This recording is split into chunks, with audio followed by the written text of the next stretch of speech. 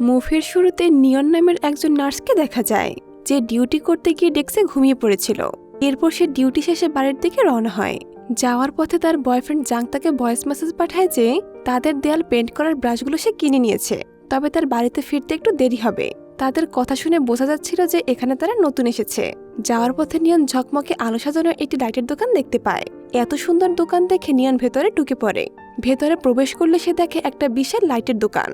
পুরো দোকানে বিভিন্ন ধরনের লাইট, টেবিল ল্যাম্প এবং ঝাড়বাতিতে ভর্তি ছিল। সেখানে বসে থাকা দোকানদারকে দেখে নিয়ন বলে, আপনাকে দেখে তো পরিচিত মনে হচ্ছে। দোকানদার উত্তর দেয়, তুমি ভুল করে হয়তো এখানে ঢুকে পড়েছ, তোমার হয়তো কোনো লাইটের প্রয়োজন নেই। এরই মধ্যে হঠাৎ নিয়ন অ্যাম্বুলেন্সের আওয়াজ শুনতে পায়। দোকানদার নিয়নকে জানায় সামনের হাইওয়ের পাশে একটু আগে একটা বড় দুর্ঘটনা ঘটেছে। এ কথা শুনে নিয়ন সেখান থেকে বেরিয়ে সরাসরি দুর্ঘটনাস্থলে চলে যায়। সেখানে গিয়ে সে তার বয়ফ্রেন্ড জাংকে দেখতে পায়। জাং নিয়নকে জানায় একটু আগেই তার ডিউটি শেষ হয়েছে। সেখানে নিয়ন তাদের প্রতিবেশী স্বামী ও তার ছোট মেয়ে জুজুকে দেখতে পায়। তাদের পাশে মিস্টার জিয়াং নামের একজন বৃদ্ধ লোক দাঁড়িয়েছিল। হঠাৎ বৃষ্টি শুরু হলে সবাই যে যার মতো বাসার দিকে চলে যায়। সিঁড়ি দিয়ে ওঠার সময় নিয়ন বলে যে সে স্ট্রেচারে ধাক্কা খেয়ে পায়ে ব্যথা পেয়েছিল এবং এখনো সেই ব্যথা যায়নি। জাং তখন নিয়নকে পেন্ট করার ব্রাশগুলো দেখায়। তারা একটি বিশাল বিল্ডিং এ উঠছিল এবং তাদের প্রতিবেশীরা সেখানেই থাকতো। সবাই নিজেদের ফ্ল্যাটে চলে যায়। হঠাৎ ঘুমের মধ্যে নিয়ন শুনতে পায় কি যেন জানালার পাশে দাঁড়িয়ে তাকে জিজ্ঞেস করছে, তুমি কি একজন বৃদ্ধ লোক, একজন মহিলা ও তার ছোট মেয়ে, সমবয়সী দুজন বোন আর একজন বাস ড্রাইভারকে দেখেছো? ভয়ে নিয়নের ঘুম ভেঙে যায়। চোখ খুললে সে দেখে সকাল হয়ে গেছে এবং জাং ব্রেকফাস্ট তৈরি করছে, কিন্তু স্যান্ডউইচটি কিছুটা পুড়ে গিয়েছিল। তখন নিয়ন জাংকে জড়িয়ে ধরে বলে, তুমি ছাড়া এমন বাজে রান্না আর কেউ করতে পারবে না। এর মধ্যে তারা শুনতে পায় নিচের ফ্ল্যাটে থাকা স্বামী ও তার মেয়ে ঝগড়া করছে। জুজু কাঁদতে কাঁদতে নিয়নের কাছে এসে বলে, মা আমাকে বাবার কাছে চলে যেতে বলছে, কিন্তু আমি মায়ের সাথেই থাকতে চাই। স্বামী রেগে গিয়ে বলে, তোমাকে যেতেই হবে। জাং স্বামীকে বোঝানোর চেষ্টা করলে সে শান্ত হয়ে জুজুকে নিয়ে ঘরে চলে যায়। অদ্ভুত ব্যাপার হলো স্বামীর নখগুলো উল্টো দিকে ঘোরানো ছিল। অন্যদিকে নিয়ন আর জাক নতুন ফ্ল্যাটে পেন্ট করা শুরু করে। জাক লক্ষ্য করে মেঝেতে বারবার পানি জমছে। তার মনে হয় পাইপ লিক হয়েছে। পেন্ট করার সময় ভুলবশত দেয়ালে জাঙ্কের হাতের ছাপ লেগে যায়। নিয়ন তার পাশে নিজের হাতের ছাপ দিয়ে সেটাকে স্মৃতি হিসেবে রাখতে চায়, কিন্তু জাং তার উপর রং করে দেয়। সে বলে, কাছ থেকে দেখলে ছাপগুলো এখনো দেখা যাবে, কিন্তু দেয়ালটা তো স্বাভাবিক রাখতে হবে। এরপর এই বিল্ডিং এ ইউসার নামের একজন ভাড়াটি আসে। নিয়ন লক্ষ্য করে সূর্যের আলোতে মেয়েটির অদ্ভুতভাবে দুটো ছায়া পড়ছে। এতে নিয়ন ভয় পেয়ে জাংকে সবকিছু জানায়। জাঙ্ক বলে হয়তো লাইট আর সূর্যের আলোর কারণে এমনটা হয়েছে। এর মধ্যে বৃষ্টি শুরু হলে তারা ছাদে আটকা পড়ে। জাঙ্ক নিয়নকে বলে যে সে নিজের শরীরের যত্ন নিচ্ছে না, খাওয়া দাওয়া কম করে দিন দিন শুকিয়ে যাচ্ছে। অন্যদিকে জুজু রাস্তার পাশে বসেছিল। সেখানে ধুলো মাখা এক পাগল লোক এসে তাকে তার সাথে যেতে বলে। ইউসান তার ঘরে বসে পুরনো ভিডিও দেখছিল। নিয়ন তার ঘরে ফুলদানি দিতে গিয়ে আবার দেখে ইউসানের পায়ের কাছে দুটো ছায়া। হঠাৎ ঘরের লাইট কেটে গেলে নিয়ন তাকে সেই লাইট শপে যাওয়ার পরামর্শ দেয়, কিন্তু ইউসান নিজেই সেটা ঠিক করার চেষ্টা করে। তখন জানালার পাশে মিস্টার জিয়াং এসে দাঁড়ান। জিয়াং লাইট শপের রাস্তা জানতে চাইলে একটি অদ্ভুত ছায়া তাকে রাস্তা দেখিয়ে দেয়। পরদিন নিয়ন বাইরে ময়লা ফেলতে গিয়ে একটি ট্রাকের শব্দ শুনতে পায়। সেখানে সে পাগল লোকটির সাথে তার দেখা হয়, যার নাম ছিল লিব্বাও। সে নিয়নকে সেই একই প্রশ্ন করে যা সে স্বপ্নে শুনেছিল। ভয়ে নিয়ন লাইট শপে ছুটে যায়। দোকানদার তাকে বলে, এই এলাকা তোমার জন্য নয়, তুমি এখানে কেন আসলে? এর মধ্যে জাং সেখানে এসে তাদের দুজনকে এই এলাকা ছেড়ে চলে যেতে বলে। সবশেষে ইউসান যখন তার ফ্ল্যাটে ফেরে তখন মিস্টার জিয়াং টুইঙ্কেল টুইঙ্কেল গানটি গাইতে গাইতে সেখানে আসে এবং বলেন বৃষ্টি শুরু হবে, তাকে ছেলেকে স্কুল থেকে আনতে যেতে হবে। নিয়ন লক্ষ্য করে জানালার পাশে একটি অদ্ভুত ছায়া এগিয়ে আসছে এবং জাংও সেই ছায়াটি দেখতে পায়। নিয়ন ও জাং ঘরে ফিরে এলে জাং বলে হয়তো এই ঘরে অন্য কেউ থাকে, অথবা আলোর প্রতিফলনের কারণে এমনটা হতে পারে। কিন্তু নিয়ন জানা এই এলাকার সব মানুষগুলো রহস্যময় এবং সে সিদ্ধান্ত না এই রহস্য খুঁজে বের করবে। সবাইকে এক করার জন্য পরদিন নিয়ন বিল্ডিং এর ছাদে একটি পার্টির আয়োজন করে। আয়োজনে সাহায্য করার সময় নিয়ন কৌশলে প্রতিবেশী শাওমির গ্লাভসে কিছুটা তেল ঢেলে দেয় যাতে সে গ্লাভসটি খুলতে বাধ্য হয়, কিন্তু বারবার চেষ্টা করার পরে নিয়ন তাকে গ্লাভসটি খুলতে রাজি করাতে পারে না, যা নিয়ন ও জাংয়ের সন্দেহ আরো বাড়িয়ে দেয়। পার্টিতে খাওয়ার সময় ইউসান জানায় তার ঘরের লাইট অদ্ভুতভাবে নিজে নিজে জ্বলে আর নিভে যায়। জুজু তখন জানায় তাদের ঘরেও এমন একটি লাইট আছে। এরই মধ্যে হাত লেগে চপস্টিক নিচে পড়ে গেলে নিয়ন তা তুলতে গিয়ে হঠাৎ দেখতে পায় স্বামীর আঙুলের নখগুলো উল্টো দিকে ঘোরানো। ভয়ে সে স্তম্ভিত হয়ে যায়। ঠিক তখনই মিস্টার জিয়াং বলে ওঠেন, নার্স নিয়ন, আপনি তাড়াতাড়ি এখান থেকে চলে যান, নয়তো অনেক দেরি হয়ে যাবে। নিয়ন অবাক হয়ে যায় যে জিয়াং কিভাবে জানলো সে একজন নার্স। সে জাংকে নিয়ে দ্রুত লাইট শপের দিকে রওনা দেয়। সেখানে গিয়ে সে দোকানদারকে পায় না, কিন্তু ডেস্কের উপর একটি পার্সেল দেখতে পায়। পার্সেল খুললে দেখা যায় সেখানে অনেকগুলো নিভু নিভু লাইট রয়েছে। নিয়ন একটি ভাল্ব হাতে নেওয়ার সাথে সাথে চারপাশের পরিবেশ বদলে যায়। তখন দোকানদার ফিরে এসে বলে, তুমি এই ভাল্ব নিতে পারবে না। তুমি বাকিদের অদ্ভুত মনে করো, কিন্তু আমার কাছে তোমাকেই অদ্ভুত মনে হচ্ছে। নিচে তাকিয়ে দেখো, তোমার কোনো ছায়া নেই। ভয় নিয়ন বিল্ডিং এ ফিরে আসে। সেখানে শাওমি এসে তাকে বলে তার মেয়েকে বাঁচাতে। নিয়ন যখন জুজুর কাছে যায়, দেখে জুজুর মুখ কাঠের মতো হয়ে যাচ্ছে। সে ভয় পেয়ে নিজের ফ্ল্যাটের সামনে গিয়ে জাংকে অনেক ডাকে, কিন্তু জাং দরজা খোলে না, এমনকি তাকে ফোনেও পাওয়া যায় না। এরপর সে মিস্টার জিয়াং এর খোলা ঘরে ঢুকে দেখে অনেকগুলো ছাতা রাখা এবং দেয়ালে জিয়াং ও এক বালকের ছবিতে রক্ত লেগে আছে। ইউসনের ঘরে গিয়ে দেখে সে ভেতরে আটকা পড়েছে। নিয়ন বিল্ডিং থেকে বেরিয়ে সামনে মিস্টার জিয়াংকে দেখতে পায়।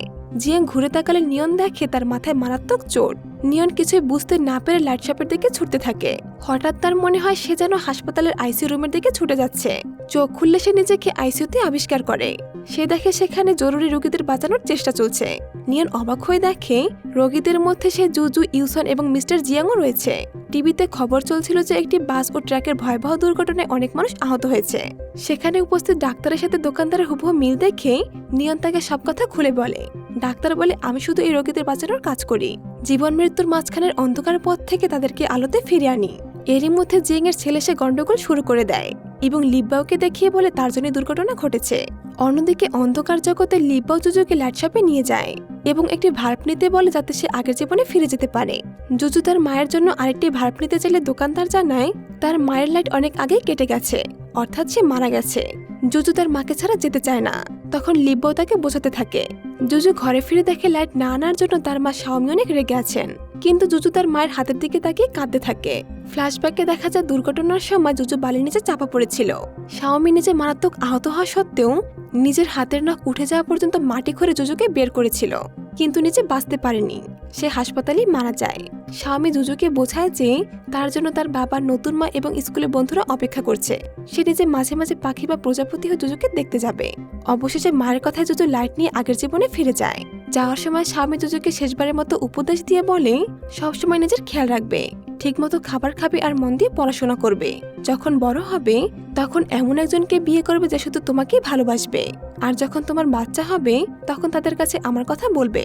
জুজু তখন তার মাকে জড়িয়ে ধরে কাঁদতে থাকে। শাওমি তাকে সাহস দিয়ে বলে, এখান থেকে তোমাকে একাই নিজের পথে যেতে হবে। আমার সাহসী মেয়ে, এখন যাও, মাকে যেতেই হবে। জুজু যাওয়ার আগে তার মায়ের কাছ থেকে কথা নেয় যে মা যেন তাকে দেখতে আসে। শাওমি কথা দেয় সে আসবে এবং জুজুকে দ্রুত সামনে এগিয়ে যেতে বলে। জুজু লাইট শপে গেলে দোকানদার তাকে জীবনের আলো দিয়ে দেয়।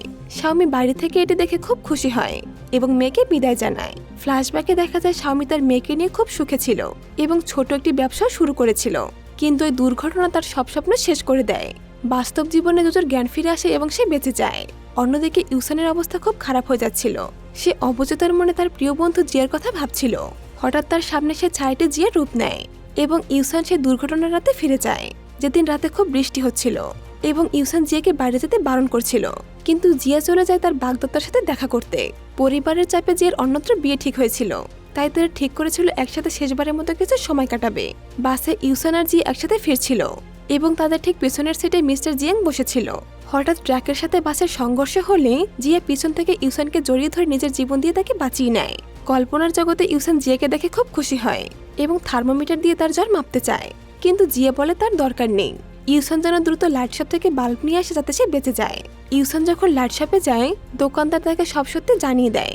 ইউসান আবার জিয়ার কাছে ফিরে আসে আর বলে, আমি এখন বুঝতে পেরেছি কেন আমার ঘরের লাইট বারবার কেটে যাচ্ছিল। এটা আসলে তোমার জীবনের আলো ছিল। আমি তোমার মতো স্বার্থপর হতে পারলাম না যে তোমাকে একা ফেলে চলে যাব। আমি তোমার সাথে এই অনন্তকালের যাত্রায় সঙ্গী হব। বাস্তব জীবনে ইউসানের শেষ আশার আলোটুকু নিভে যায় এবং মুখে এক প্রশান্তির হাসি নিয়ে পৃথিবী থেকে বিদায় নেয়। লিব্বাও ইউসানের জানালার কাছে আসলে বুঝতে পারে সে নিজের ইচ্ছেতেই মারা গেছে। সে নিজের ভুলের জন্য ক্ষমা চেতে থাকে। অন্যদিকে মিস্টার জিয়াং এর অবস্থা আশঙ্কাজনক ছিল। নার্সরা তার কানে হেডফোন দিয়ে টুইঙ্কেল টুইঙ্কেল গানটি বাজিয়ে দেয়। জানা যায় সে একটি বৃদ্ধাশ্রমে থাকতো এবং তার স্মৃতিভ্রমের রোগ ছিল। তিনি ভাবতেন তার ছেলে এখনো ছোট এবং তাকে স্কুলে আনতে যেতে হবে, তাই তিনি বৃদ্ধাশ্রম থেকে পালিয়ে স্কুলের সামনে দাঁড়িয়ে থাকতেন। সেদিন এক সিকিউরিটি গার্ড তাকে বাসে তুলে দেয়। একই সময় লিব্বাও ট্রাকে বালু নিয়ে ফিরছিল। তার বস ফোন করে হুমকি দিচ্ছিল যে 20 মিনিটের মধ্যে না পৌঁছলে তার চাকরি চলে যাবে। ফোনের কারণে লিব্বা অন্যমনস্ক হয়ে পড়লে বাস ও ট্র্যাক এসে ভয়াবহ সংঘর্ষটি ঘটে। জিয়াং পথ ভুলে যাওয়ার কারণে লাইটশপে পৌঁছাতে পারছিল না।